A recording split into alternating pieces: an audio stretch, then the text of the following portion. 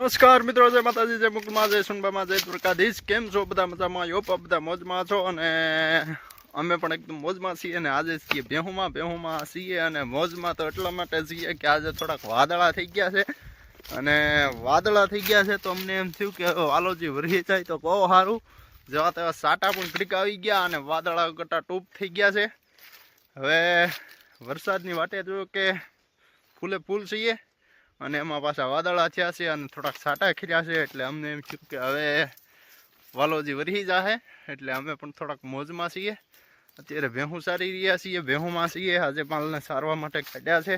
હવે જો કે નીણ પણ ખૂટી ગઈ છે, કારણ કે યદુની વરસાદની વાત છે ને વરસાદે થોડાક ઉષા પડાળ કર્યા છે. એટલે પછી હવે સારવા માટે અમે પણ નીકળી ગયા છીએ. અને હવે તમે જોઈ શકો છો વાદળા ક્યાં છે હારામ હારા. તો અમને એમ થયું કે વરસાદ હવે વરસી જાય તો સારું.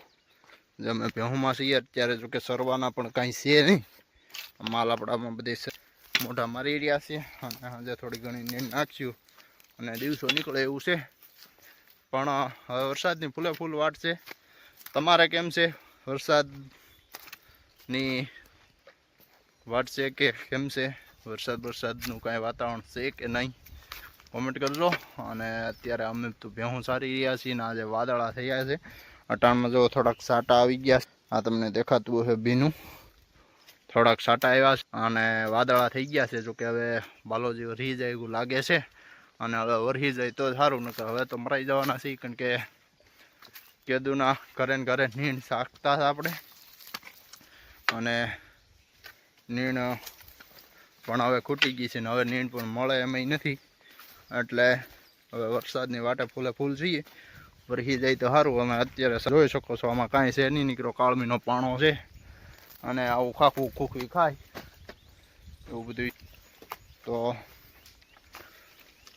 તમારે વરસાદનું વાતાવરણ છે કે કેમ છે બધા કોમેન્ટ કરજો. અને અમારે હવે વરસાદ થઈ જાય તો બહુ સારું છે.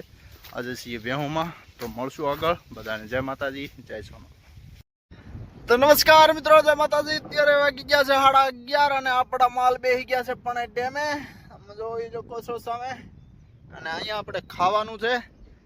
બાવળ તો હુકાઈ ગયો છે, નતો લીલો છે, પણ સાયો સારો છે ને પવન સારો આવે છે. એટલે આપણે અહીંયા જો બેઠેલા આપણા અહીંયા છે. અહીંયા બીજું છે આપણે પાણી ગાળ્યું છે. આપણે વીડો ગાળ્યો છે. મતલબ કે જ્યાં ડેમ હોય ડેમની પાસે આપણે નાનો એવો ખાડો ગાળવાનો. ખાડો ગાળીએ ને એમાંથી પાણી આવે.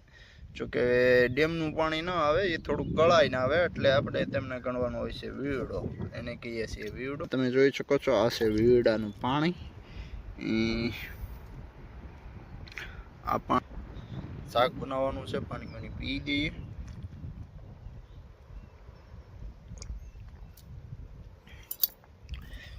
શાક પાણી બનાવીએ, ખાઈએ. અને હવે માલ આપણા અહીંયા બેઠા રહે મોડા સુધી 3, 3:30, 4 સુધી બેસે.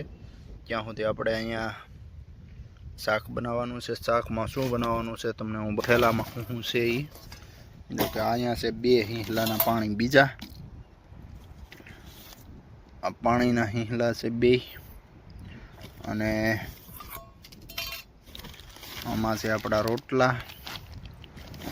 અને આમાં છે બધા ટાબલા ચાખણ ને એ બધું. અને અહીંયા આપણે બધાનું છે ડુંગળી બટાટાનું શાક. તો એ કરવાનું છે. અને શાક બનાવીએ પહેલાં બધું શાક મોળી નાખીએ. ભેહું આપણી બેઠી છે, તમે જોઈ શકો છો. પણ પાણી અહીંયા જો બેઠી છે પાણીમાં. ડેમ આ બધો ખાલી થઈ ગયો છે. ચોમાસે આ બધું ભરેલું હોય છે. ઠેઠ હમથાળા બધું તમને ખાલી દેખાય ને એ. અને આમાં છે દૂધ. અને આ છે આપણું ચાકુ. તો આપણે પહેલાં બકાલું મોળી નાખીએ અને પછી જે કહીએ પણ એ આપણો છે મળાંગો. ત્યાં ચૂલો. અને પછી મૂકીએ શાક બની જાય એટલે પછી ખાઈ લઈએ. તો અત્યારે માલ પાણી બેસી ગયા છે. અને આપણે પણ હવે પાણી કરી લીધું છે. અને શાક પાણી બનાવી લઈએ અને પછી બપોરા કરીએ. બધાને જય માતાજી.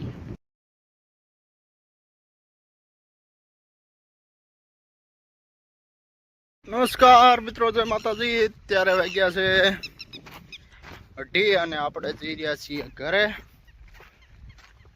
કે માલ પાણીએ બેઠા છે અને બપોરના આગળ આવશે તો નીર નાખવી જો હે. આ મારો ડેમ જોવો લોકેશન બીજો છે. આ બધું સુકાઈ ગયું છે, ઘણું પાણી ને ઘણું છે હજી જોઈ શકો છો. આ બધો ભીજો છે. માલ આપણા આમ બેઠા છે